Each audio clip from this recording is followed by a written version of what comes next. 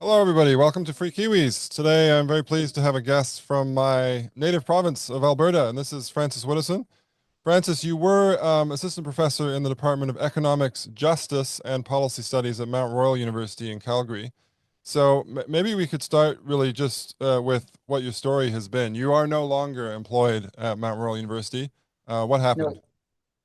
No. But my case is being appealed to the Alberta Labor Relations Board. So I was found to have been wrongfully terminated, but because a number of Indigenous scholar activists and a trans activist feel unsafe about me making arguments that they don't like, it has been the arbitrator decided that I couldn't return. There's too much friction between me and these people who think that there should be constraints on questions that are asked and so on. Well, you do In look pretty terms of dangerous, you know.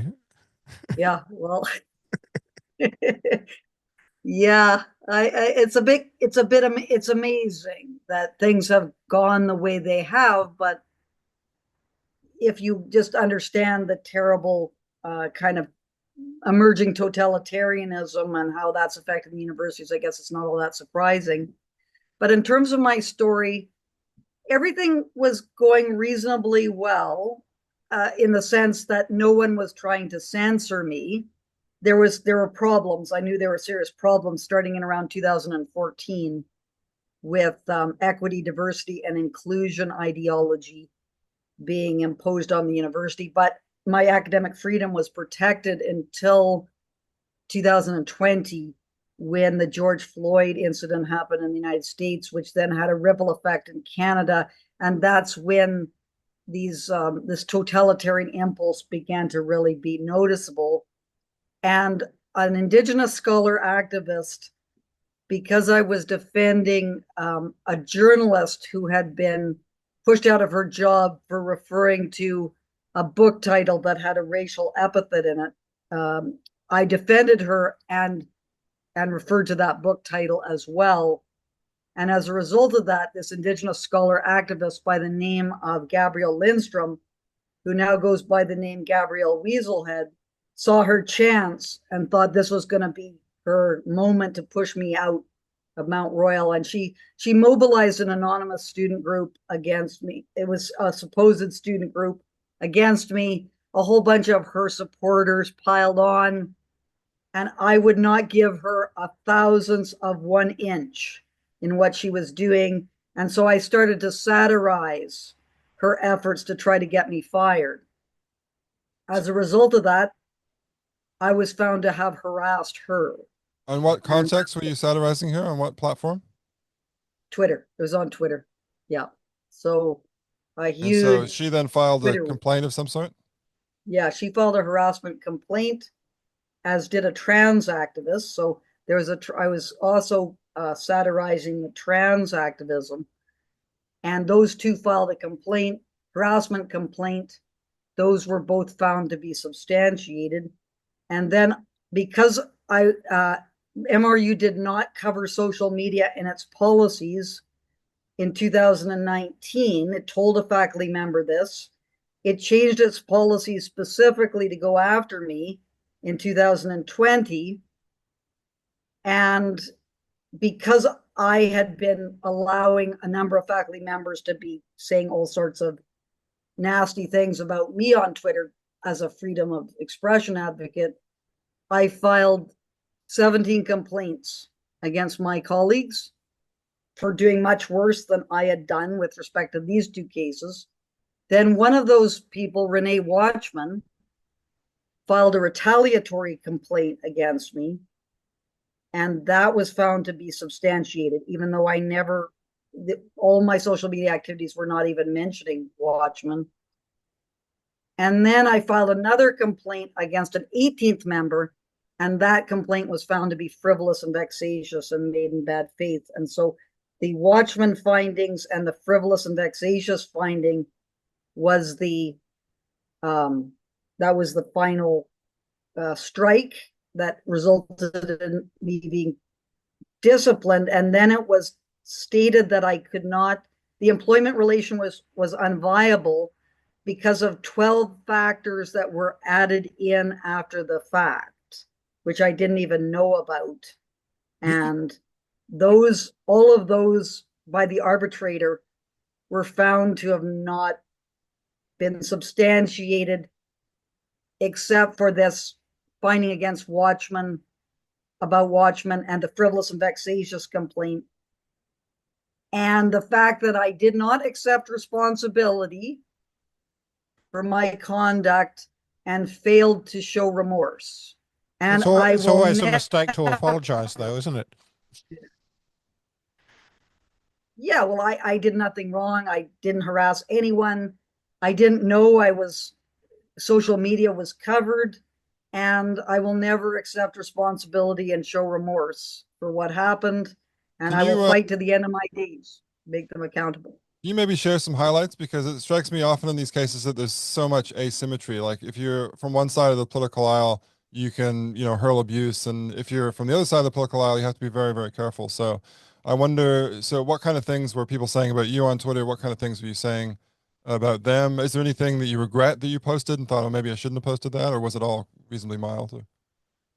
Yeah, so one of my colleagues called me a pathetic racist who wanted to go and hang out with white supremacists.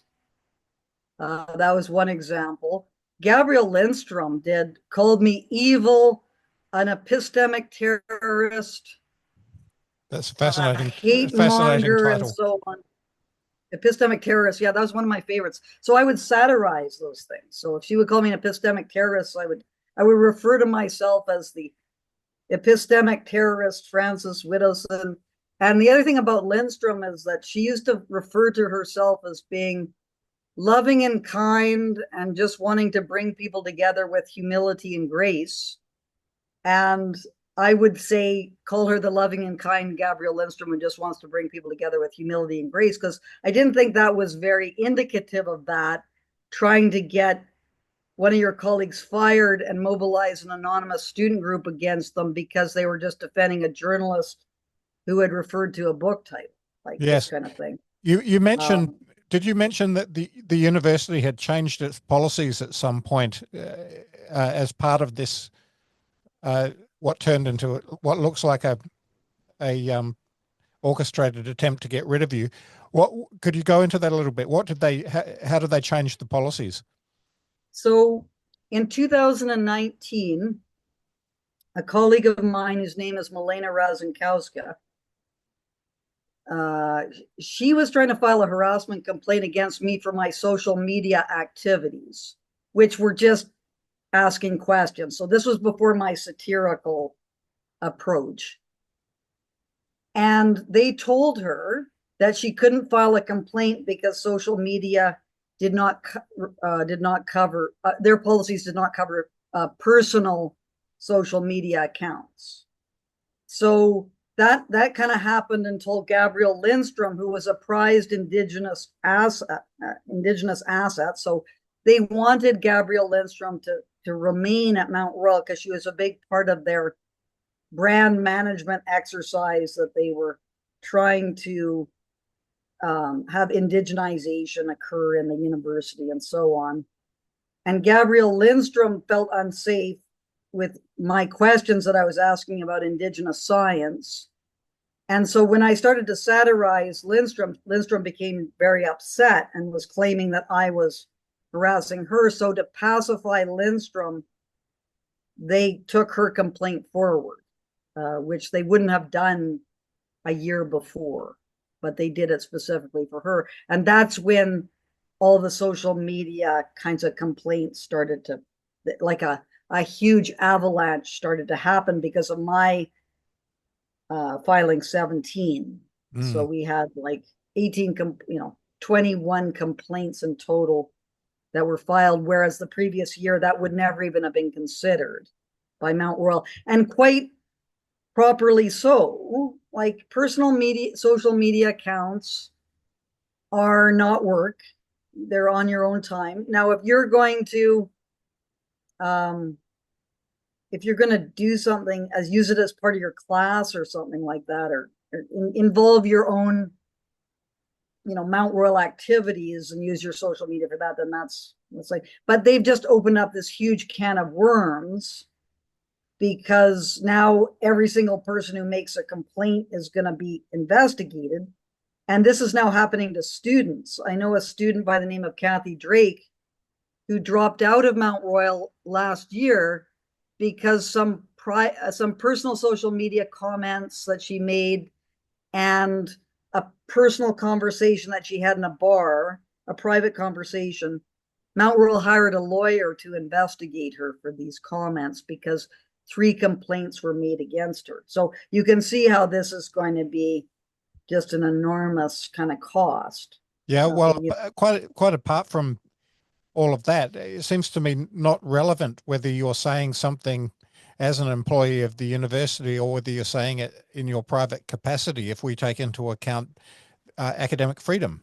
I mean, unless you're saying something egregiously libelous or otherwise illegal, what would be the grounds to censor you or to say that you're not allowed to say that as a scholar, especially if you're commenting on something that is of academic interest? There seems to be it could no be grounds something whatsoever. not of academic interest, I guess, but as well, the libel, things like defamation and threats and so on, these are illegal, and the police should be called to look into those. Right. Like, the university shouldn't really be involved in that at all.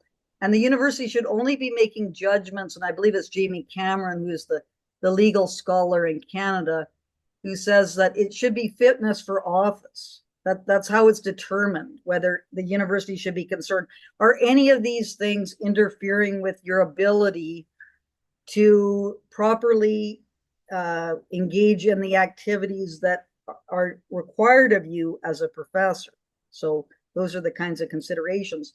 But the university now is just entering into all these areas because it's become a corporate entity where they want to protect their brand. And at Mount Royal, it is ironically, you belong here.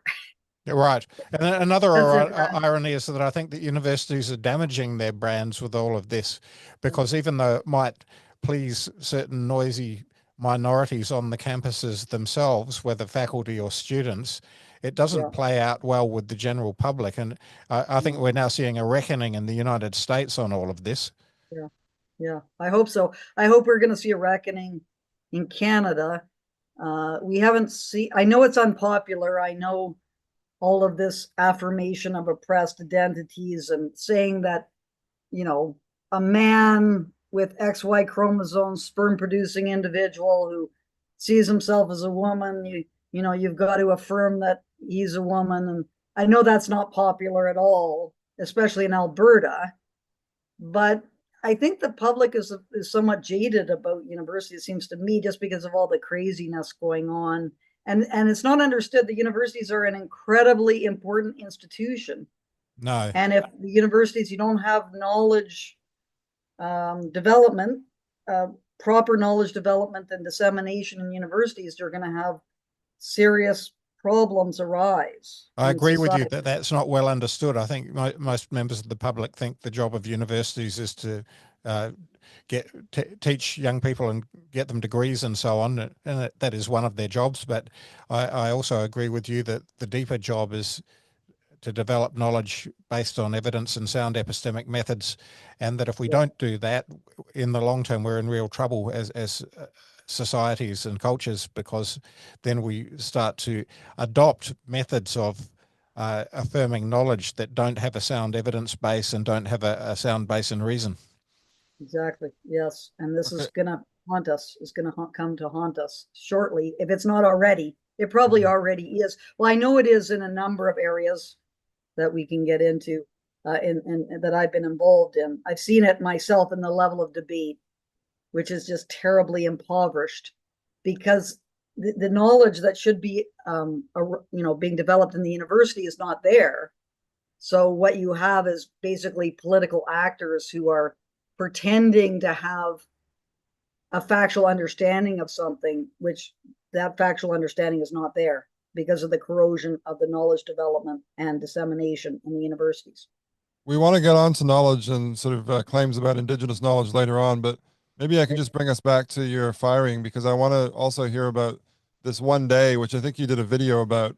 So there's one day where I think there was a talk and you asked a question, and then were you fired straight after that? And then you were sort of accosted, or you felt like you were being surrounded. Can you just go into that a bit?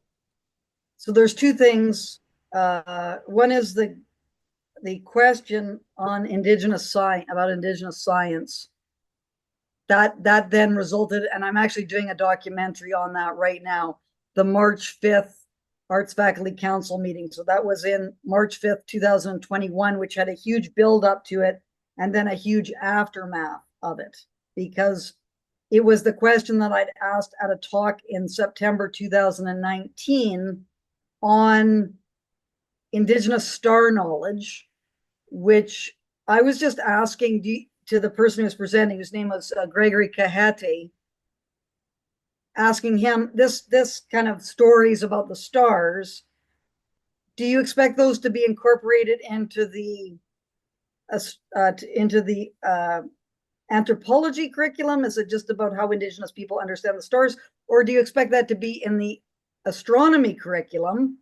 Because of course Galileo and his discovery of the telescope, and none of these cultures had telescopes, so how would that fit, that kind of knowledge? Anyway, Gabrielle Lindstrom was very offended by this and made it, well, that was one of her allegations in her complaint. And then that resulted in at a year later at a meeting when everyone was saying that Indigenous scholars were feeling unsafe. And I knew that Gabrielle Lindstrom had left Mount Royal because she felt unsafe. So I just asked, is this something that is making Indigenous scholars feel unsafe, asking whether Indigenous science is science? I got attacked by a large number of faculty members at that meeting, and that meeting was used as one of the examples as to why I was fired. So it had this long thing, and then continued to be argued in the arbitration process, even though it was known that I was the one being attacked. I was, and I have all the recordings and everything about it. So there's no he said, she said kind Right. of different viewpoints. And that's all going to be, I'm currently working on a documentary right now to have all of those things put together. Then there was the firing itself, where I was just having an ordinary day. I knew I was in trouble because I had this disciplinary meeting a week before, which is on my SoundCloud. It was, some would say it's a struggle session where Elizabeth Evans, the provost, was trying to get me to accept responsibility and show remorse. And so I knew things didn't look good. But I was on a meeting, so I asked a question, and then I had an exam that I was going to be invigilating. And so I did that, and I was walking back to my office with these exams, and I was going to go back and start marking the exams, and my head was completely somewhere else. And Mike Quinn, who was the associate provost, came up behind me and said, Dr. Widdowson, Dr. Widdowson. And I thought it was a student, turned around, and it was Mike Quinn, who I knew. I was on a call with him that morning asking question, about some Indigenous hiring process. And he said, can you just step in here a moment? And I thought at the time that their hiring committee was in there. It was going to be about the candidate. I should have known better, but since no one's asking me for my opinions on anything at this stage. But I stepped into this room and I saw two human resources people sitting at the table. And I knew at that time I was going to get fired. And my union representative was not there. And I knew that was highly inappropriate to be doing this kind of thing without having union representation. So I said, I turned to leave, to say, you're going to have to send me notice and have our union representative.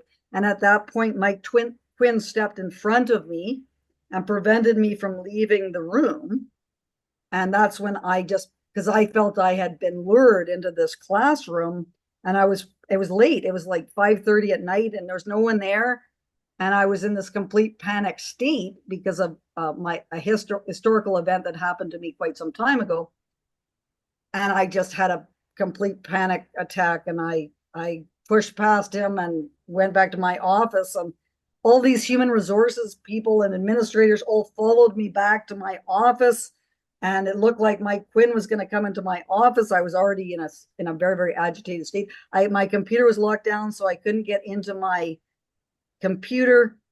And so I had to phone a colleague to get the union. And I just kept on having, and there's security guards that were poised at each side of each end of the hole.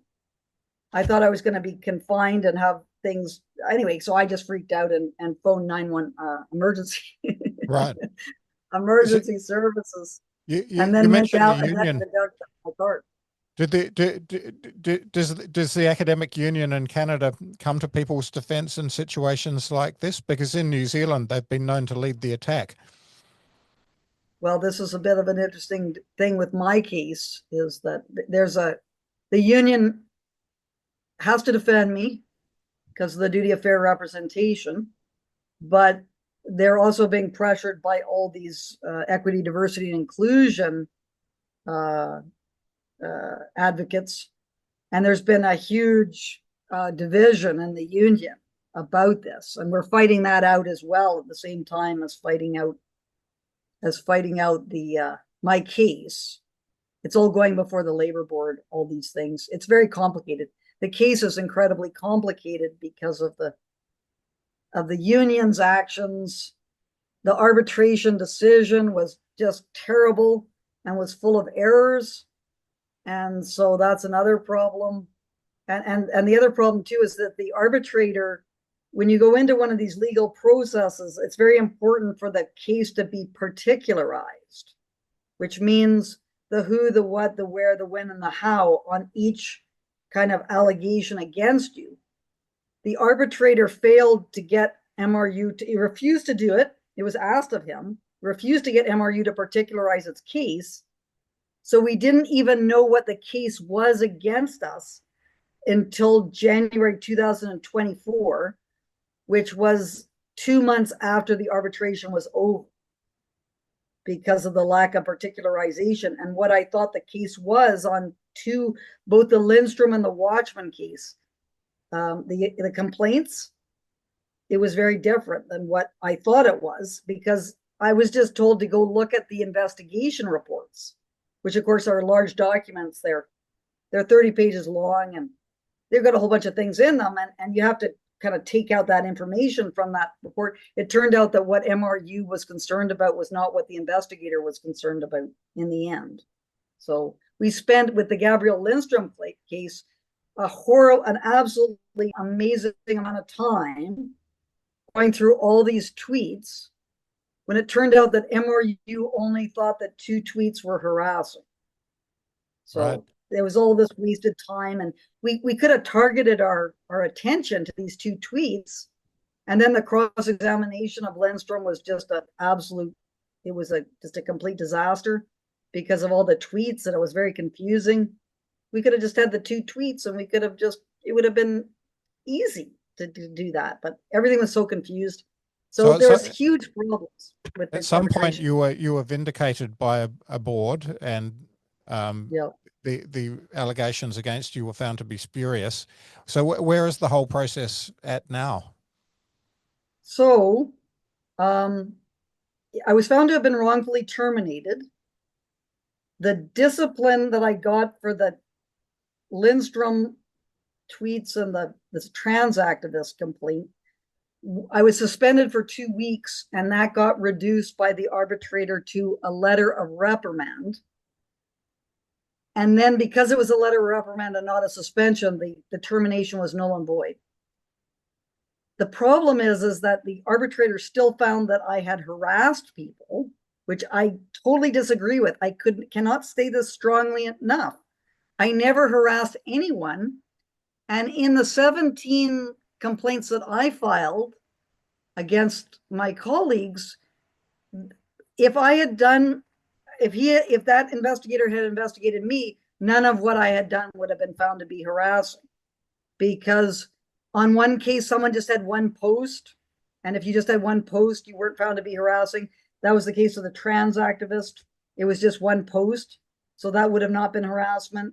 The Gabrielle Lindstrom case, because I was just reacting to Gabrielle Lindstrom's attempts to get me fired, this other investigator would have seen that as a provocation, and therefore a mitigating factor where you wouldn't have been found to be harassing. So the standard that was used for those 17 and also the 18th were very, very it was a much higher threshold that you had to meet than. I mean, to me, like saying that somebody is friends with white supremacists or whatever was said about you, I mean, that's actually strikes me as libelous, right? If they can't prove that.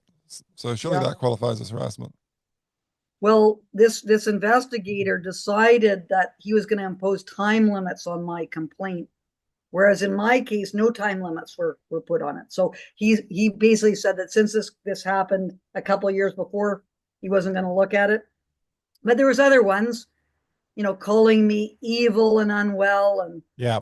saying that students shouldn't have to take classes from me because I was weaponizing the grading system against them and these sorts of things. They were much more in the workplace than mine, which was just as an example. This was the one post against a trans activist. So there's a trans activist by the name of D.A. Dirks. D.A. Dirks wants to go by, is a non-binary activist who goes by they, them pronouns. And John Kay, who's the editor for Quillette, had found out that, because Dirks was giving a workshop on the influence of white supremacy culture in the Union. Kay found out about this and then also found out that Dirks did pronouns, how to use pronouns workshops, and went by they, them pronouns. So Kay was making fun of this, saying that people who took Dirks's workshop on white supremacy could also get indoctrination on trans activism at the same time, and referred to Dirks as a they, them.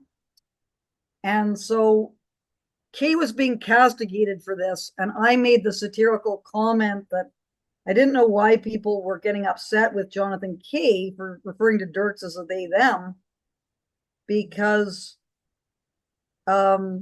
Dirks had this cartoon in the pronouns workshop, which was talking about misgendering fatigue, and the fact that being misgendered was like having a brick put in your backpack, and at the end of the day, you had so many bricks in your backpack that you had to lay down on the floor and you couldn't get up because of all the weight.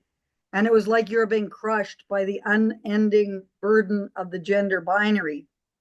So I said that it appeared that this colleague was suffering from misgendering fatigue, and Kay's tweet was just amplifying a TGBQ2S elemental P voice.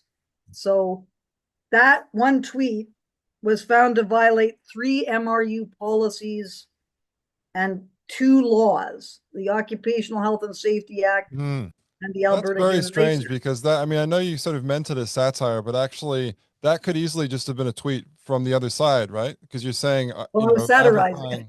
Exactly. And what's sitting all by, you just said, named what's sitting behind all of this, which is a spurious idea of safety. They invoke occupational health and safety regulations, which are, of course, were originally put in place to guard against actual workplace accidents where people are injured at work and the like. And now they're being invoked by this spurious idea of safety that words can do literal harm. And therefore, you're violating these regulations if you say things that make these people feel unsafe. And we should note that one of our previous guests, Professor Kendall Clements from the University of Auckland, he was one of the signatories to the notorious listener letter in which they basically cast doubt on the idea of Indigenous science. And he was removed from teaching some of his classes after that letter was published, after someone else in the department sent a letter around, or an email around, I think, saying that he should be removed from classes. So, so am I right to think that, so the arbitrator basically found in your favor, but said you were still harassing people, but said your sacking was unjust, your firing was unjust?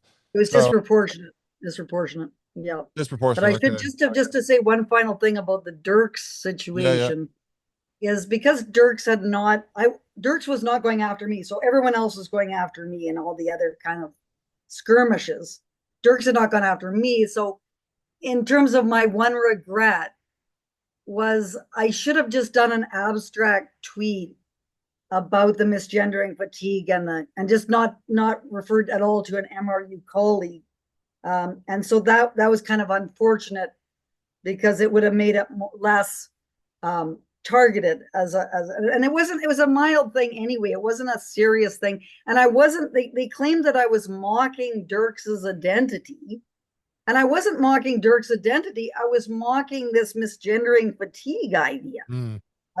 So that was kind of unfortunate that there was I referred to an MRU colleague when it should have been, and that's the only thing that I would change in all the things that I did on Twitter, because everything else, there was this mob going after me.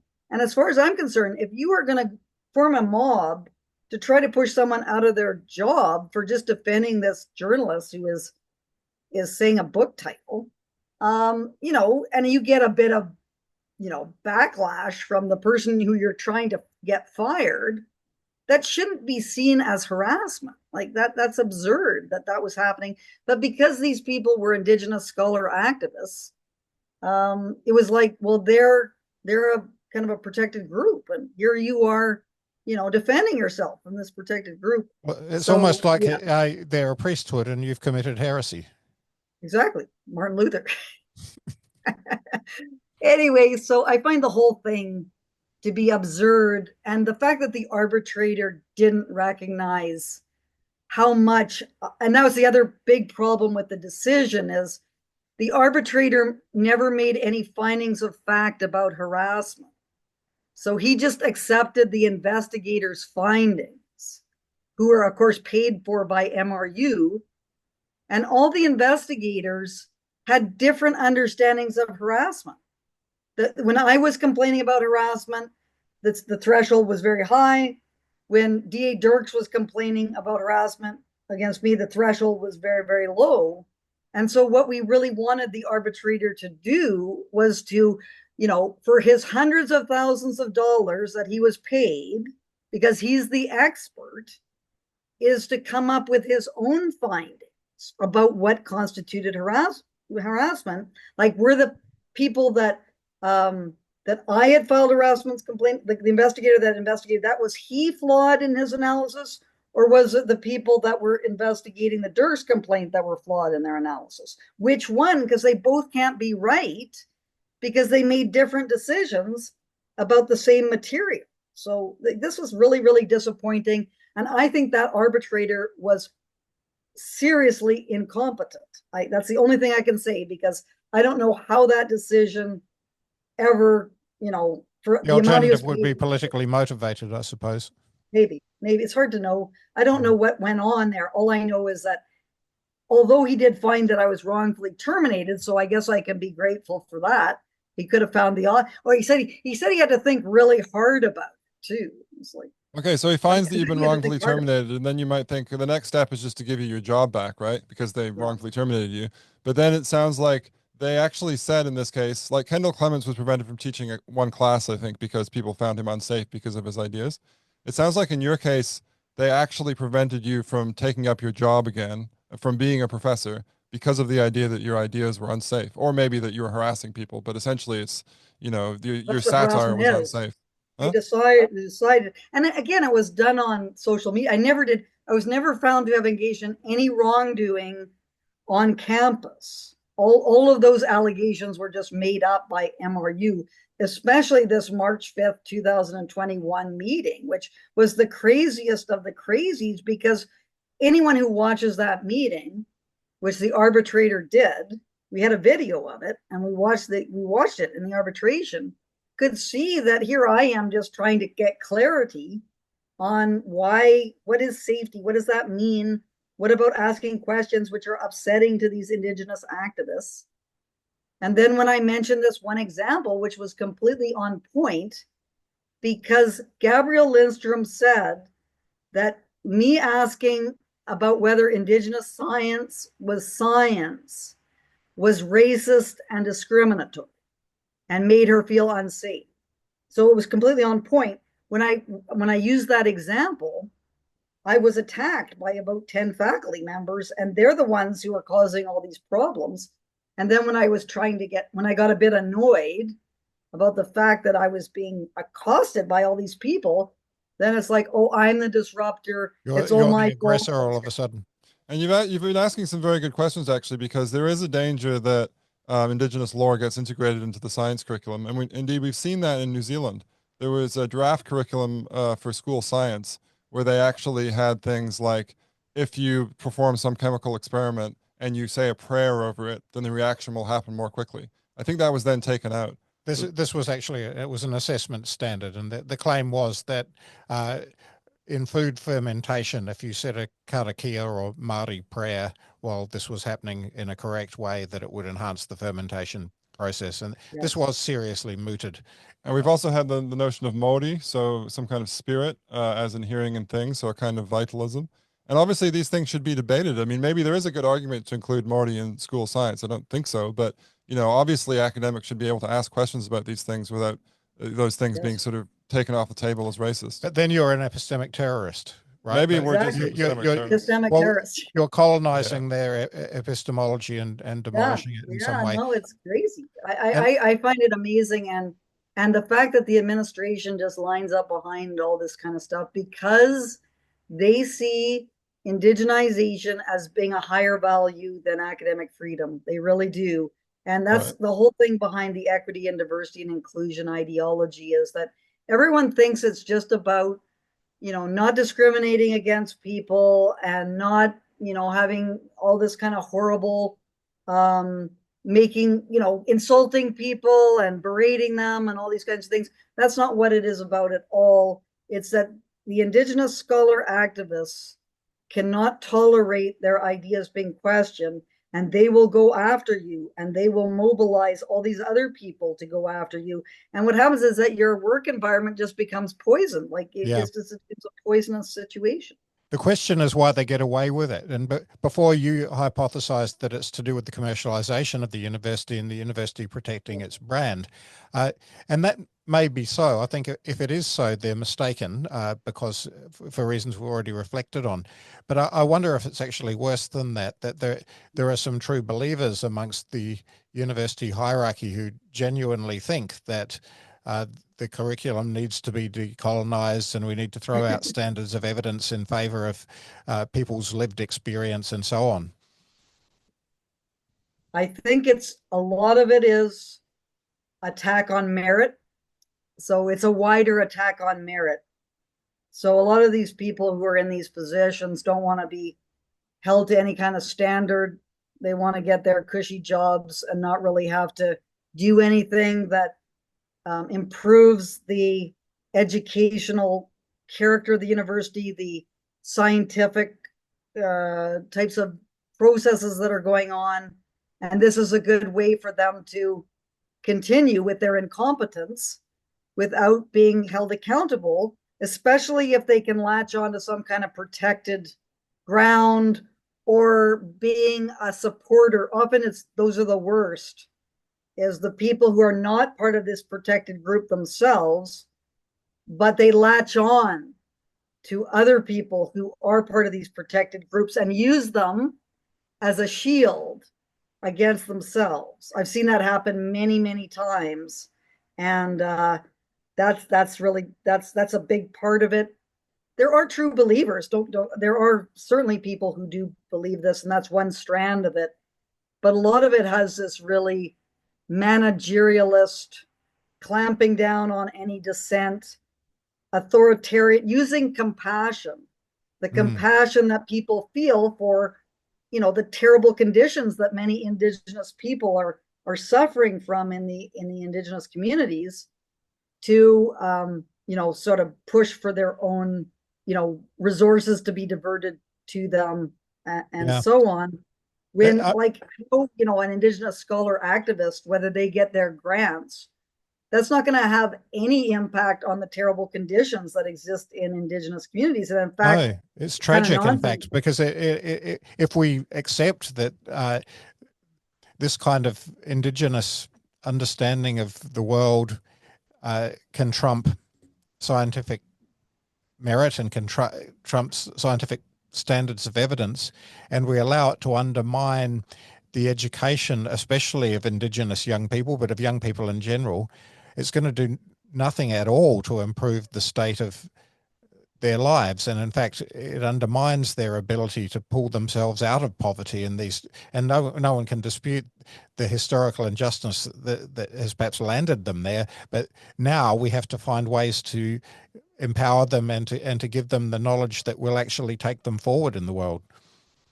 Yes, and it often this this knowledge, which is not knowledge, which is being promoted, is often used to justify the terrible isolation that exists in these communities. Because why bother to provide a high quality education to these Indigenous communities if they already have their own science and their own ways of doing things? So often it hides the serious deprivation, the educational deprivation that exists in many of these communities. So it's just on every level, it's unbelievably destructive.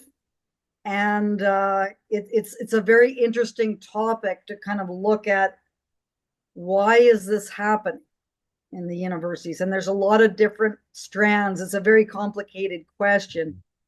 But and as I said, there's the administration, public administration side.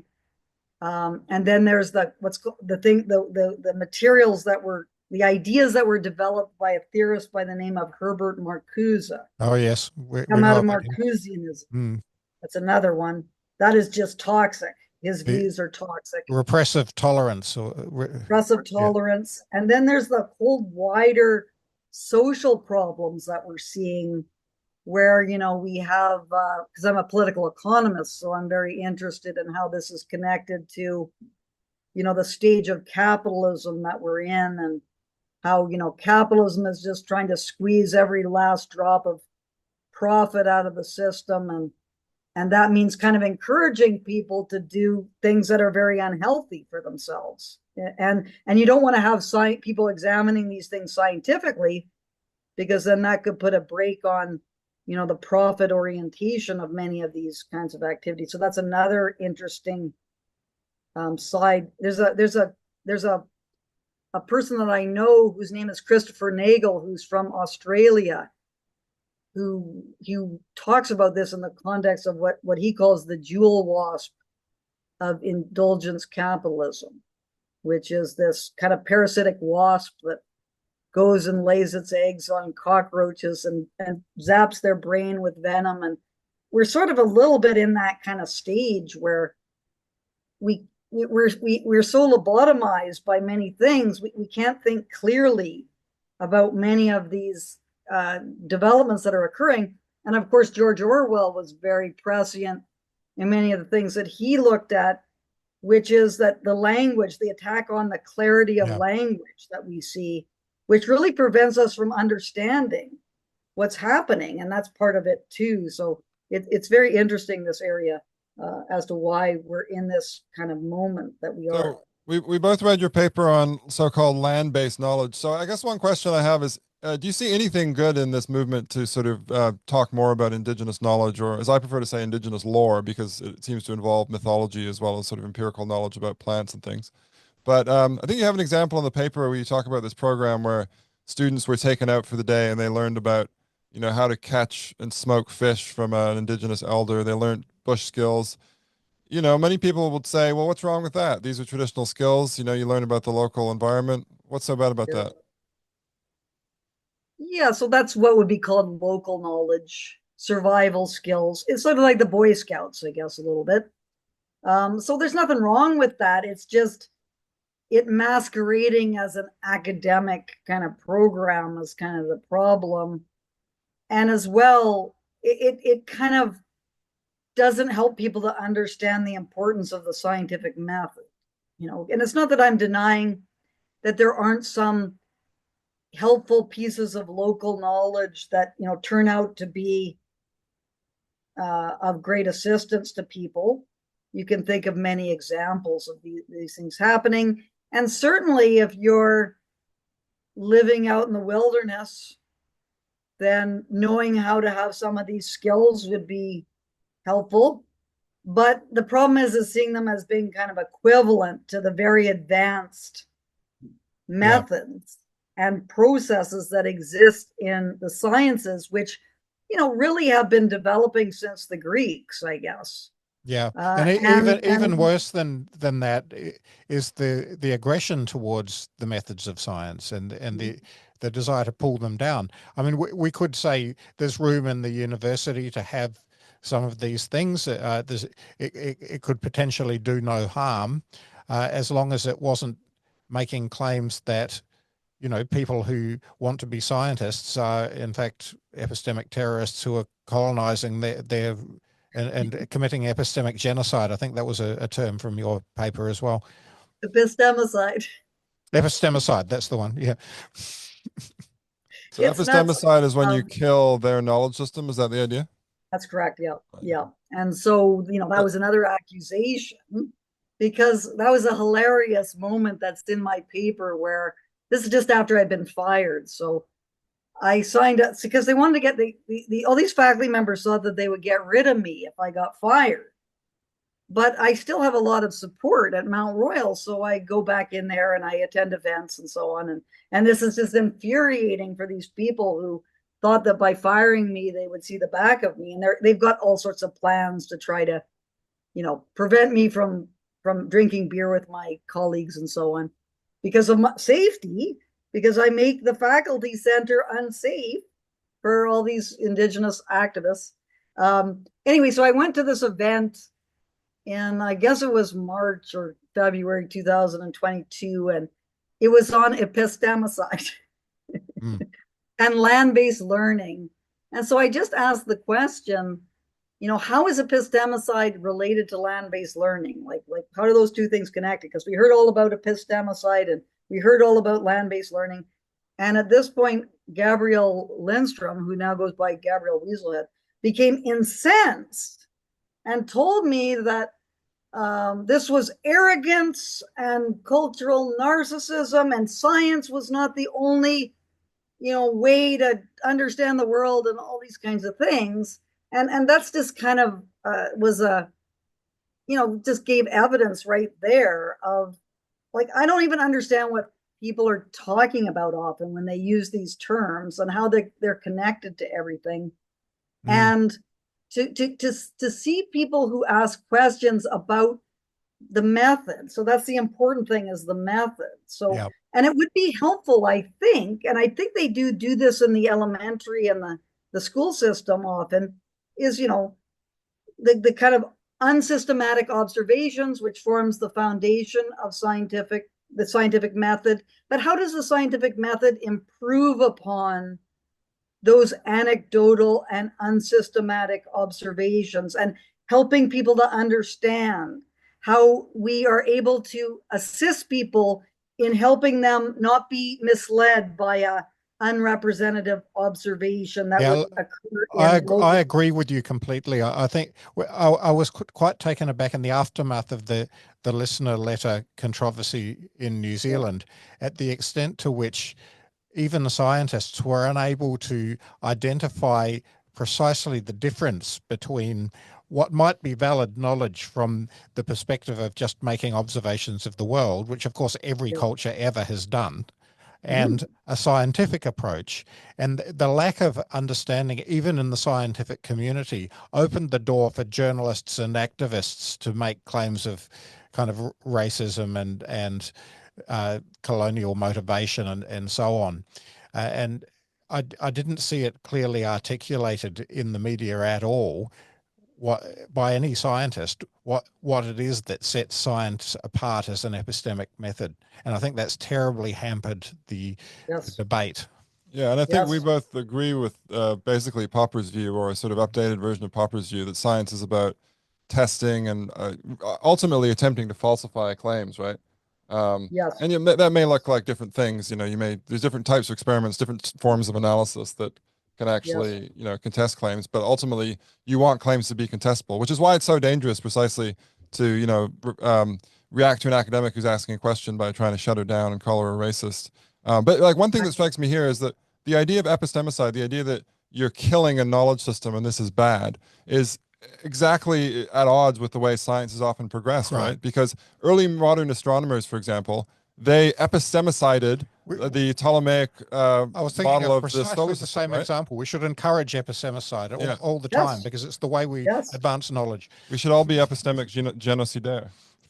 That's a very good slogan. That's the way to think about it, you know. And it's not, and the only thing is that the knowledge system, I guess, like they look at it as kind of totality, when it's really, some claims are often have some validity, other claims are false. So, I guess it makes sense if you have the interrelationship of all these claims, that if one falls, then the rest do. And so now you pretty much just have to move everything out. But often it's not, especially if it's based upon empiricism. What you'll find is there's some of the empirical claims that are, and I think it's Bertrand Russell who talks about this quite a lot, that, the sort of the empirical view is like a pyramid that has a base of a whole bunch of things. And then you have the sort of the idealistic position. And if you knock out one part of an idealistic system, then the whole thing is got to be thrown out, because it's kind of approaching it from an abstract down kind of way of doing it, as opposed to a whole bunch of different observations where some of them might be flawed, but the whole thing isn't dependent upon one any premise. And Yeah. and I guess, if I have a criticism of Popper, it would be that he was a little too extreme on the falsificationist side, at least Yeah. in theory. I think in practice, and he possibly modified this over the course of his career as well. But the idea that, one observation that falsifies a theory is enough to destroy the whole theory, that's just not an epistemically productive approach, because, as you say, very often with a small modification to the theory, you can accommodate a result that doesn't confirm it or that disconfirms it. And to throw the whole thing out, and besides which, that result might be spurious. It might be the result of measurement error or something like that. So we do have to be a little more circumspect than the very pure Popperian position. But I also think of Kuhn, of course, and the paradigm shift, where whole edifices of theory do get thrown out because they've become clunky and unwieldy. Yeah, so Kuhn is also in favor of epistemicide, right? Yeah. His whole model is about cycles of epistemicides. It's ghastly. Yeah. And so this is all the sciences. And what I deal with mostly is history. So history is an interesting case, which is, the better ways of trying to develop methods for understanding history as opposed to others. And you don't have the same kinds of laboratory type of experiments. But Massimo Pigliucci, who's a philosopher and scientist in the United States, I believe it's his book, Nonsense on Stilts, where he does talk about some possibilities for the historical scholarship. Not so much the sciences, because I think that would be difficult to classify history as a science, but certainly a scholarly approach as opposed to an activist approach. And the difference is objectivity, striving for objectivity, it seems to me. So do you see yourself as an academic who's going to follow the evidence wherever it leads? Or do you see yourself as an activist who has a predetermined kind of conclusion that you want to shape the evidence to support whatever your view is? And that's something which has come up in the residential schools file, which you may want to talk about a little bit. Let's do that. Okay, we've got limited time actually, but let's just talk about this, because it's one of the things that you're not supposed to talk about, and this is one of the reasons that we founded this podcast, to talk about the things you're not supposed to talk about. So my understanding of this, very quickly for New Zealand listeners, is that this is all blown up recently because there was some ground penetrating radar analysis of an area outside a residential school, I think in British Columbia, and those images were consistent with what may have been graves of children. Although it's my understanding also that to this day, no actual fresh graves have been dug up. And this is in the context of these residential schools, which were schools created and sponsored by the Canadian government, which included lots of Indian or Indigenous First Nations children who were brought from other areas of the country. Is that right? Yeah. So I'm just going to plug this book, Grave Error. So that's the book which is now seen as almost entering into the criminal domain. So that's on Kamloops. So the book is on the Kamloops case. It's got about 18 authors, I believe, who've written on the Kamloops case, and a number of historians and judges and various different things. But in 2021, May, That's when it started. There had been discussions about like the schools already because of the Truth and Reconciliation report. So, and this was a very contentious area of research, and that was one of the things that was my downfall, was deciding I was going to go into that area because I thought that the discussions were so impoverished that there needed to be more critical analysis of it. But in 2021, when the Kamloops band hired a ground penetrating radar expert, Sarah Bolio, to do this work, she never did any research on the site, like any archival research about what was there. And there had been septic tiles laid on the site in the 1920s. And where she found these, which turned out to be anomalies, were in the area of the septic tiles. And so there was a mistake originally made about saying that the remains of 215 children had been found, when what had been found were 215 hits on the GPR.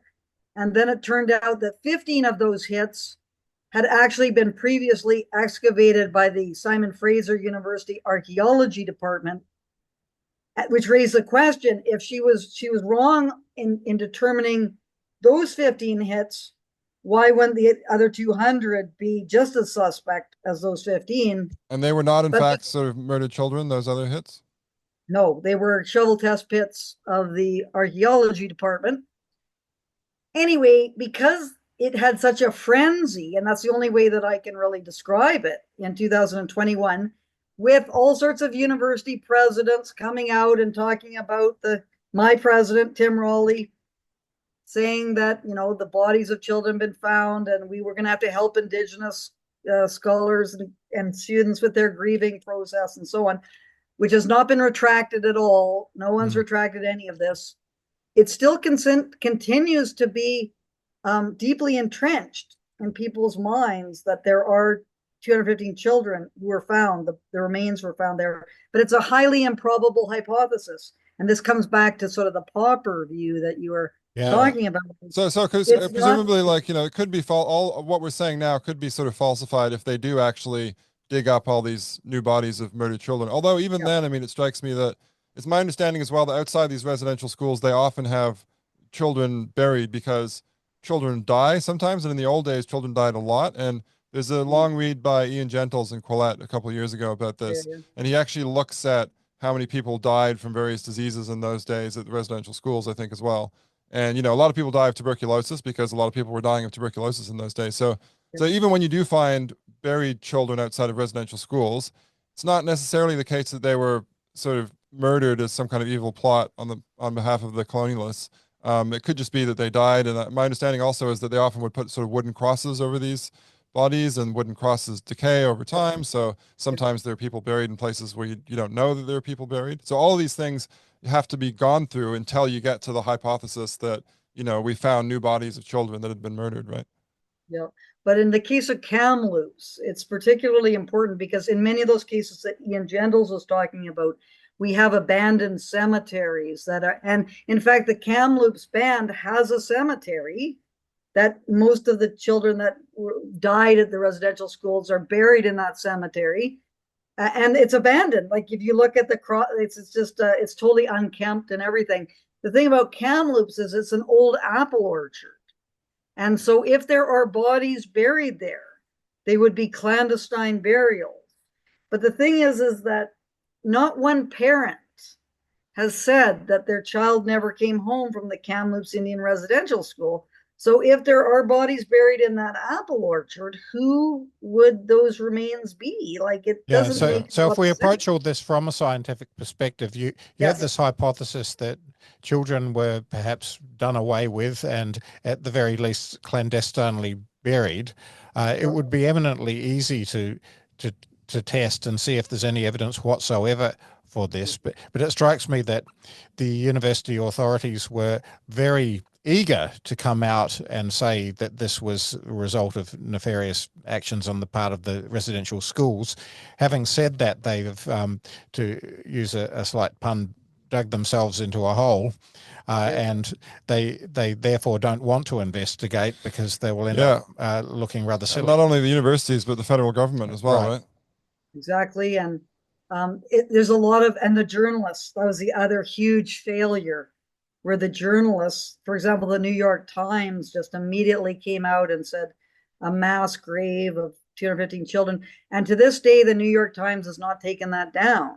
Yeah, and Like, this is readily understandable, right? In the context that you've been talking about, in the context of your lived experience, right? You know that if you ask a question, which is probably, you probably phrase it in quite a polite way, which goes against this ideology, then you get in a lot of trouble. And so probably the journalists were thinking this too. I mean, the ones that weren't sort of just true believers, they probably thought, well, I could ask, you know, okay, there's ground penetrating radar evidence, but maybe we should wait until they actually dig up some bodies and do some analysis on them and, you know, look at the historical records to make sure this is a new child and not someone who died of tuberculosis that we already knew about, et cetera, et cetera, Suggesting right? that might be a career limiting move. Right. yeah, So, well, that's it. That you know that you can feel it. Like I've done it myself because I was in for many years asking very unpopular questions. So you can feel when it's not a popular question, and you can see that this is not going to, you know, it's certainly not going to be a career enhancer.